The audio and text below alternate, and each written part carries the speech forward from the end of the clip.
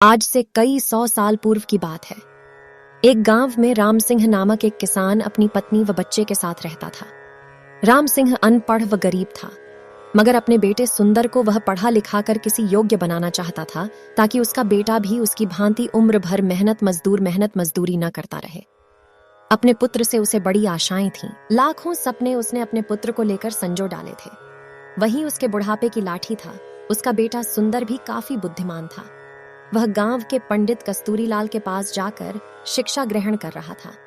उसने भी अपने मन में यही सोचा हुआ था कि वह भी पढ़ लिख कर बड़ा आदमी बनेगा और अपने माँ बाप के कदमों में दुनिया भर की सारी खुशियां और सारे सुख लाकर डाल देगा। इंसान यदि किसी लक्ष्य को निर्धारित कर ले और सच्चे मन से उसे पाने का प्रयास करे, तो वह उसमें सफलता प्राप्त कर ही लेता है।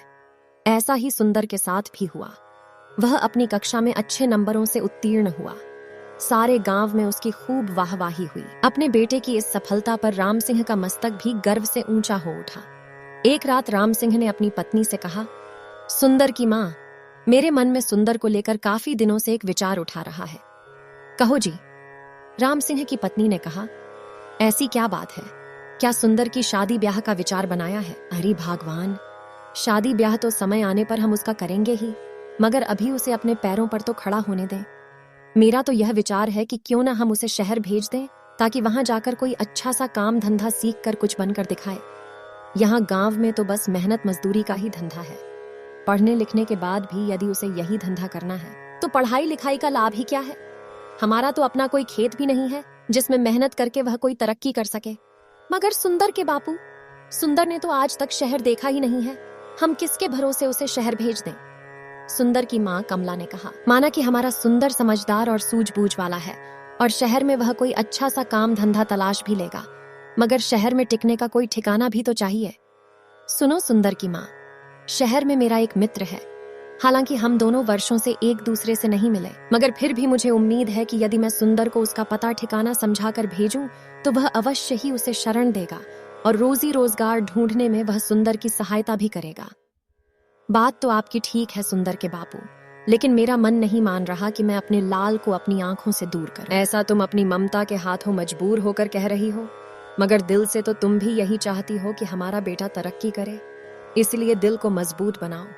सुंदर शहर जाकर कुछ बन गया तो हमारा बुढ़ापा भी सुख से गुजरेगा। और इस प्रकार राम सिंह ने अपनी पत्नी को समझा बुझाकर सुंदर को शहर भेजने के लिए राजी कर लिया। उसी शाम सुंदर जब अपने यार दोस्तों के साथ खेल कूद कर घर वापस आया, तो राम सिंह ने बड़े प्यार से अपने पास बैठाया और अपने मन की बात बता दी। सुंदर यह जानकर बहुत खुश हुआ कि उसका बापू उसे शहर भेजना चाहता है।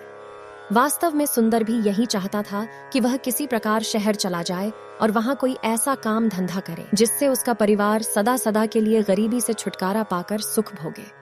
अतः पिता का प्रस्ताव पाकर वह बड़ा खुश हुआ और बोला, पिताजी, चाहता तो मैं भी यही था कि पढ़ लिख कर शहर जाऊं और अच्छी सी नौकरी करके घर की कमाई में आपका हाथ बटाऊं, मगर कहीं आप मुझे शहर भेजने से इनकार न कर दें, यही सोचकर मैंने आपसे अपने मन की बात नहीं कही। मगर अब जब आप स्वयं ही मुझे शहर भेजने के इच्छुक हैं, तो इससे अधिक खुशी की बात मेरे लिए भला और क्या हो सकती है।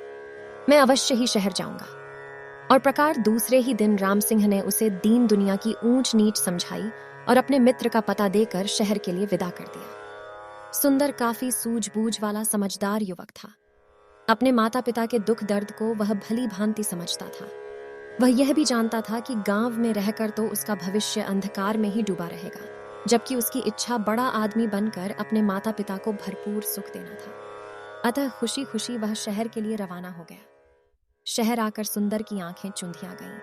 खूब भीड़ भड़क्का, सजी संवरी दुकानें, तागे इक्कों का आवागमन। खैर, आश्चर्य से वह सब देखता सुंदर अपने पिता के कथित दोस्त से मिलने चल दिया। लेकिन जब वह पता के बताए स्थान पर पहुंचा, तो पता चला कि उसके पिता का दोस्त रामचंद्र तो न जाने कब का मर खप गया और अब तो उसके परिवार का भी कोई अता पता नहीं था। यह जानकर सुंदर बहुत निराश हुआ और सोचने लगा कि अब क्या होगा। आशा निराशा तो जीवन में चलती ही रहती है, लेकिन सुंदर उन युवकों में से नहीं था जो हताश होकर बैठ जाते हैं। उसमें हिम्मत और आत्मविश्वास कूट कूट कर भरा था। उसने अपने आप को दिलासा दिया और बोला, बेटे सुंदर, निराश होने से कुछ नहीं होगा। अब शहर आ ही गए हैं तो कुछ करके ही लौटेंगे। माँ और बापू ने मुझसे बड़ी उम्मीदें लगा रखी हैं। मैं ही उनके बुढ़ापे की लाठी हूं। अब शहर आ ही गया हूं तो कुछ बनकर ही लौटूंगा। तुझे याद नहीं, गांव में मास्टर जी कहा करते थे, हिम्मत ए मर्दा मदद ए खुदा, यानी जो लोग हिम्मत करते हैं उनकी मदद खुद भगवान करते हैं। अपने आप को इसी प्रकार हौसला बंधाता हुआ सुंदर पूछता पूछता एक सराय में आकर ठहर गया। उसने स्नान आदि से निवृत्त होकर थोड़ा आराम किया, फिर किसी नौकरी की तलाश में निकल पड़ा। वह जहां भी नौकरी मांगने जाता, दुकानदार उसके बातचीत करने के ढंग और उसकी सूझबूझ से प्रभावित तो होता, किंतु कोई जान पहचान न होने के कारण उसे नौकरी नहीं मिल पाती थी। इसी प्रकार कई दिन गुजर गए। सुंदर गांव से अपने साथ जो रुपया पैसा लेकर आया था वह भी लगभग समाप्त होने को था।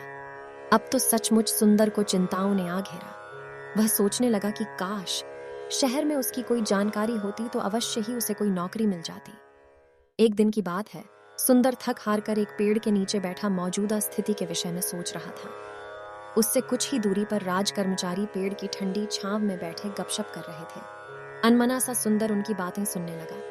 एक दूसरे से कह रहा था, कुछ भी कह भाई रामवीर, तू है बड़ा नसीब वाला। हम दोनों साथ साथ ही राज दरबार की सेवा में आए थे, मगर तू तरक्की करके राजा जी का खजांची बन गया और मैं रहा सिपाही का सिपाही। इसे कहते हैं तकदीर। तकदीर भी उन्हीं का साथ देती है गंगाराम, जो सूझबूझ और हिम्मत से काम लेते हैं। मैंने अपनी सूझबूझ से कुछ ऐसे काम किए कि महाराज का विश्वास पात्र बन गया और उन्होंने मेरी ईमानदारी देखकर मुझे खजांची बना दिया। अन्ना भाई, तू जरूर किसी साधु या फकीर से कोई मंतर वंतर पढ़वा कर लाया होगा जो इतनी जल्दी इतनी तरक्की कर ली, वरना मैं क्यों न किसी ऊंचे पद पर पहुंच गया। भैया, तू मुझे भी अपनी कामयाबी का राज बता। तेरे जैसे लोग इसी चक्कर में रहते हैं कि पकी पकाई मिल जाए और खा लें। अरे भाई मेरे, अगर इंसान में हिम्मत, हौसला, ईमानदारी, साहस और सूझबूझ हो तो वह पहाड़ को खोदकर नदी बहा दे। देख, तू वह मरा हुआ चूहा देख रहा है ना? रामवीर ने सड़क के किनारे पड़े एक मरे हुए चूहे की ओर इशारा किया। हाँ, देख रहा हूं। आने जाने वाले लोग भी उसे देख रहे हैं और घृणा से थूक कर दूसरी ओर मुंह फेर कर निकल रहे हैं। रामवीर भाई, मैं तुझसे तेरी कामयाबी का रहस्य पूछ रहा था और तू मुझे मरा हुआ चूहा दिखा रहा है। ये क्या बात हुई? गंगा राम, मैं तुझे कामयाबी की बाबत ही बता रहा हूँ। सुन, लोग उस मरे हुए चूहे पर थूक कर जा रहे हैं, मगर कोई सूझबूझ वाला इंसान इस मरे हुए चूहे से भी 4 पैसे कमा लेगा। भैया मेरे, अक्ल का इस्तेमाल करने से ही इंसान कामयाबी हासिल करता है, जंतर मंतर से कुछ नहीं होता। मैं समझ गया भाई रामवीर। निराश सा होकर गंगाराम बोला, तू मुझे अपनी कामयाबी का राज बताना ही नहीं चाहता। खैर, कभी तो मेरे भी दिन बदलेंगे। अब चलते हैं। इस प्रकार वे दोनों राज कर्मचारी उठकर चले गए। वे तो चले गए, मगर खजांची रामवीर की चूहे वाली बात ने सुंदर के दिमाग में खलबली सी मचा दी। उसके दिमाग में रामवीर की कही बात बार बार गूंज रही थी। लोग उस मरे हुए चूहे पर थूक थूक कर जा रहे हैं, मगर कोई सूझबूझ वाला इंसान इस मरे हुए चूहे से भी 4 पैसे कमा लेगा। 4 पैसा कमा लेगा, 4 पैसे कमा लेगा। सुंदर सोचने लगा, खजांची की बात में दम है। जिस देश में मिट्टी भी बिकती हो, वहां कोई चीज बेचना मुश्किल नहीं, मगर इस मरे हुए चूहे को खरीदेगा कौन? कैसे कमाएगा कोई इससे 4 पैसे? चूहे को घूरते हुए सुंदर यही सोच रहा था, लेकिन उसकी समझ में नहीं आ रहा था। तभी सड़क पर उसे एक तांगा आता दिखाई दिया। तांगे में एक सेठ बैठा था, जिसने एक बिल्ली को अपनी गोद में दबोचा हुआ था। बिल्ली बार बार उसकी पकड़ से छूटने की कोशिश कर रही थी। अभी घोड़ा गाड़ी सुंदर के आगे से गुजरी ही थी कि बिल्ली सेठ की गोद से कूदी और सड़के के किनारे की झाड़ियों में जा घुसी। अरे अरे, तांगे वाले, तांगा रोको, मेरी बिल्ली कूद गई, सेठ चिल्लाया। तांगा रुका और सेठ उतरकर तेजी से झाड़ियों की तरफ लपका। अरे भाई तांगे वाले, देखो, मेरी बिल्ली उन झाड़ियों में जा घुसी है, उसे पकड़ने में मेरी मदद करो। सेठ झाड़ियों के पास जाकर बिल्ली को बुलाने लगा। आ आ, पूसी पूसी आओ। इसी बीच तांगे वाला और सुंदर सहित कुछ अन्य लोग भी वहां जमा हो गए थे। अरे भाई, मैं किसी खास प्रयोजन से इस बिल्ली को खरीद कर लाया हूं, कोई इसे बाहर निकालने में सहायता करो। सेठ बेताब होकर एकत्रित हो गए लोगों से गुहार कर रहा था, जबकि झाड़ियों में घुसी बिल्ली पंजे झाड़ झाड़ कर गुर्रा रही थी। देख नहीं रहे हो सेठ जी कि बिल्ली किस प्रकार गुर्रा रही है? एक व्यक्ति बोला। हाथ आगे बढ़ाते ही झपट पड़ेगी। यह सब देखकर सुंदर के मस्तिष्क में राजा के खजांची की बात गूंज गई। कोई सूझबूझ वाला इंसान इस मरे हुए चूहे से भी 4 पैसे कमा लेगा। सुंदर के मस्तिष्क में धमाका सा हुआ और तुरंत उसके मस्तिष्क में एक युक्ति आ गई। वह सेठ से बोला, सेठ जी, अगर मैं आपकी बिल्ली को काबू करके दूं तो आप मुझे क्या देंगे? आए। सेठ जी ने तुरंत सुंदर की ओर देखा और बोला, भाई, तू मेरी बिल्ली को काबू करके देगा तो मैं तुझे चांदी का एक सिक्का दूंगा। चांदी का